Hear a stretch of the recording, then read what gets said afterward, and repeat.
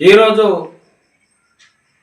రాష్ట్రంలో అధికారం కోల్పోయినటువంటి వైసీపీ పార్టీ మతిస్థిమితం లేనటువంటి కబుర్లతో మాయాజాలం చేసి ప్రజల్ని మళ్ళీ మోసపూరిత ఆలోచన విధానాలకి నెట్టే ప్రయత్నంలో భాగంగా ఎవరినైతే మనం టార్గెట్ చేసి మరి ఆరోపణలు చేస్తామో, ఎవరినైతే టార్గెట్ చేస్తే తిరిగి మనం వెలుగులోకి వస్తాము అంటే కుతంత్రాలతో కూడి ఆలోచనతో వైసీపీ ప్రభుత్వం, వైసీపీ నాయకులు, వైసీపీ పార్టీ పెద్దలంతా కూడా ఈరోజు కుట్రలకి మరి నాంది పలికిన విషయం మనం చూస్తూ ఉన్నాం. అందులో ప్రధానంగా జగన్మోహన్ రెడ్డి గారు కులాల పరంగా ఆలోచన చేసి కులాల మధ్య, వ్యక్తుల మధ్య, వ్యవస్థల మధ్య, మతాల మధ్య చిచ్చు పెట్టేటటువంటి దాంట్లో మరి పేరెన్నికగినటువంటి వ్యక్తి జగన్మోహన్ రెడ్డి కాబట్టి ఆ జగన్మోహన్ రెడ్డి ఈరోజు రాష్ట్రంలో కాపు కులాన్ని మరి టార్గెట్గా చేసి పవన్ కళ్యాణ్ గారు కాపు సామాజిక వర్గానికి సంబంధించిన వ్యక్తి కాబట్టి ఈ రాష్ట్రంలో అత్యధిక ఓట్లు కాపు సామాజిక వర్గంలో ఉన్నది కాబట్టి కాపు సామాజిక వర్గాన్ని సిచ్చు పెట్టగలిగితేనే మనం కూటమిని మరి వెనక్కి నెట్టగలుగుతాం, లేదనుకుంటే మనకు మనుగడ ప్రమాదకరంగా ఉందని చెప్పి ఆందోళన చెందుతున్నటువంటి జగన్మోహన్ రెడ్డి గారు ఈరోజు రాష్ట్రంలో ఉండేటటువంటి మరి చిల్లర కాపు నాయకులతో ఈరోజు పవన్ కళ్యాణ్ మీద అవాకులు చవాకులు పేలుతూ తప్పుడు ఆరోపణలు చేస్తూ మరి నేరస్తులకి వెనకేసుకొస్తూ ఈరోజు ప్రజాస్వామ్యమే మరి తలదించుకునే విధంగా మరి వాళ్ళు ప్రవర్తిస్తున్న తీరు చూస్తూ ఉంటే అది ఆశ్చర్యం వేస్తుందనేది మాకు ఈ సందర్భంగా తెలియజేస్తా ఉన్నాను. ఈరోజు అధికారం పోయింది, 151 సీట్ల దగ్గర నుంచి 11 సీట్లకే పరిమితమైన వైసీపీ నాయకులు ప్రజల విశ్వాసం పొందడానికి ఆలోచన చేయాలి తప్పిస్తే ప్రజల విశ్వాసం పొందుతున్నటువంటి ఒక మహోన్నతమైనటువంటి వ్యక్తి మరి ఎంతో సేవాగుణం కలిగినటువంటి పవన్ కళ్యాణ్ గారిని టార్గెట్ చేస్తే తాము తిరిగి లైవ్లోకి వస్తాము, ప్రజల్లో విశ్వాసం పొందగలుగుతాము, తిరిగి అధికారం రాకపోయినా ప్రతిపక్షంలో నిలబడడానికి అవకాశం దొరుకుతుందని చెప్పి ఒక కుతంత్రంతో కూడుకున్నటువంటి ఆలోచన విధానం ఈరోజు రాష్ట్రంలో ప్రారంభించిన విషయం మనం చూస్తూ ఉన్నాం.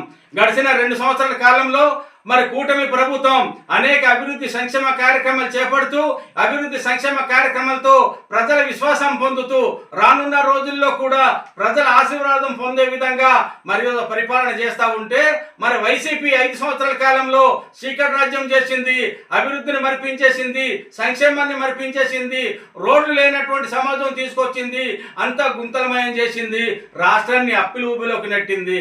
మరి ఆ రకంగా వాళ్ళు రాష్ట్రానికి చేసినటువంటి విధ్వంసాన్ని దృష్టిలో పెట్టుకొని ప్రజలంతా కూడా 151 స్థానాల్లో ఉన్నటువంటి వైసీపీని 11 స్థానాలకు పరిమితం చేస్తే 11 స్థానాలకు పరిమితమైన నాయకులు మరి ప్రజాస్వామ్యానికి గౌరవించకుండా రాజ్యాంగ నిబంధనలకు విరుద్ధంగా మాకు ప్రతిపక్ష హోదా ఇస్తేనే మేము అసెంబ్లీకి వస్తాము, ప్రతిపక్ష హోదా లేకపోతే మేము అసెంబ్లీకి రామని చెప్పేసి ఈరోజు అసెంబ్లీ బయట నాటకాలాడుతూ ప్రజలకి మోసం చేసే ప్రయత్నం చేస్తా ఉన్నారు.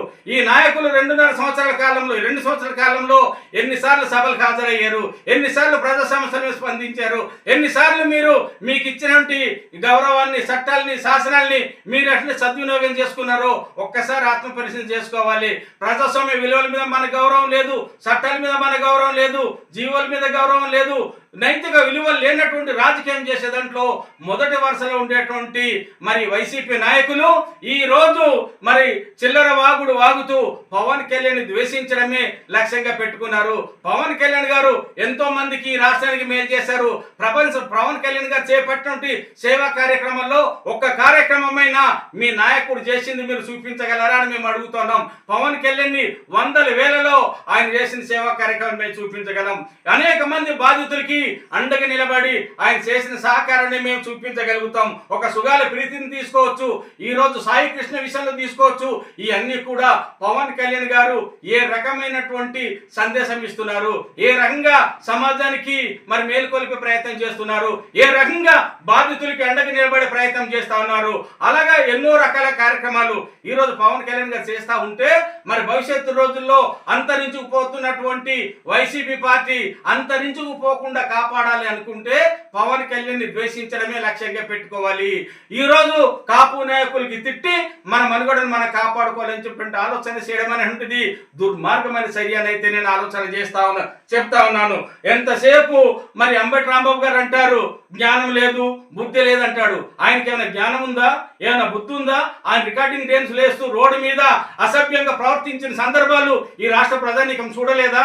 మరి రాష్ట్ర ప్రజానీకం చూసిన తర్వాత ఆయనకి సాగనంపిన తర్వాత కూడా ఇంకా కాపు నాయకుల గురించి తప్పుగా మాట్లాడుతున్నాడు, కాపు సమాజం గురించి తప్పుగా మాట్లాడుతున్నాడు. ఈ రాష్ట్రానికి ఆదర్శవంత నాయకుడే కాదు, దేశంలోనే మచ్చలేని నాయకుడుగా ఈరోజు 100% స్ట్రైక్ రేటుతో విలువలతో కూడుకుని రాజకీయం చేస్తున్నటువంటి పవన్ కళ్యాణ్ ఈరోజు ద్వేషించడానికి ఆలోచన చేస్తున్నాడంటే కాపు నాయకుడిని చెప్పుకోవడానికి మరి అంబటి రాంబాబుకి సిగ్గు లేదా అని నేను అడుగుతా ఉన్నాను. ఈ కారుమూరి వెంకటరెడ్డి ఆవకులు చావకులు పేలుతా ఉన్నాడు.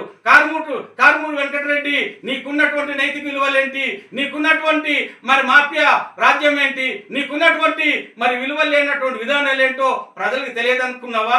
మీ తప్పుడు విధానాల్ని మరి మాయ మాటల్ని మరి ప్రజల దగ్గరికి రుద్ది మళ్ళీ తిరిగి లైవ్లోకి రావాలని ఆలోచన చేయడం అనేది అయితే ఖచ్చితంగా క్షమించరాని విషయం. మీరు ఎన్ని మాయ మాటలు చెప్పినా ప్రజలకు మోసం చేయాలని చూసినా కూడా ఆ రోజులు కాదు ఇది. ప్రజలు చాలా తెలివైన వాళ్ళు, విజ్ఞతతో ఆలోచన చేస్తారు, విఘ్నులుగా మాత్రమే ప్రవర్తిస్తారు. మీ మాయ మాటలకి నమ్మి మోసపోయి మళ్ళీ వైసీపీని అధికారంలో తీసుకురావడానికో వైసీపీ ఓటు వేయడానికో చేసేటటువంటి దిగజారిపోయిన మనస్తత్వంతో ప్రజలు లేరని విషయాన్ని మీరు గుర్తుంచుకోవాలని మీకు తెలియజేస్తా ఉన్నాం. ప్రజలకి మోసం చేసి అధికారంలోకి వచ్చి మళ్ళీ మీకుండే నేర ప్రవృత్తిని మరి కొనసాగించాలని ఆలోచన చేస్తా ఉన్నారు. మీరు మళ్ళీ మాఫియా రాజ్యాన్ని తీసుకురావాలని ఆలోచన చేస్తా ఉన్నారు. అభివృద్ధి లేని ప్రాంతంగా తయారు చేయాలని చూస్తా ఉన్నారు. అప్పుల రాజ్యంగా తయారు చేయాలని చూస్తా ఉన్నారు. మీరు చేసేటటువంటి మోసపూరితమైన ఆలోచనలు ఏ ప్రజలు కూడా నమ్మడానికి సిద్ధంగా లేరనేది అయితే ఖచ్చితంగా తెలియజేస్తా ఉన్నాం. మీరు పదే పదే పవన్ కళ్యాణ్ గురించి మాట్లాడడం వల్ల ప్రజల ఆగ్రహానికి గురవుతారు. ప్రజలు ప్రతి సందర్భాన్ని గమనిస్తున్నారనే విషయాన్ని మీరు గుర్తుంచుకోవాలని తెలియజేస్తా ఉన్నాం.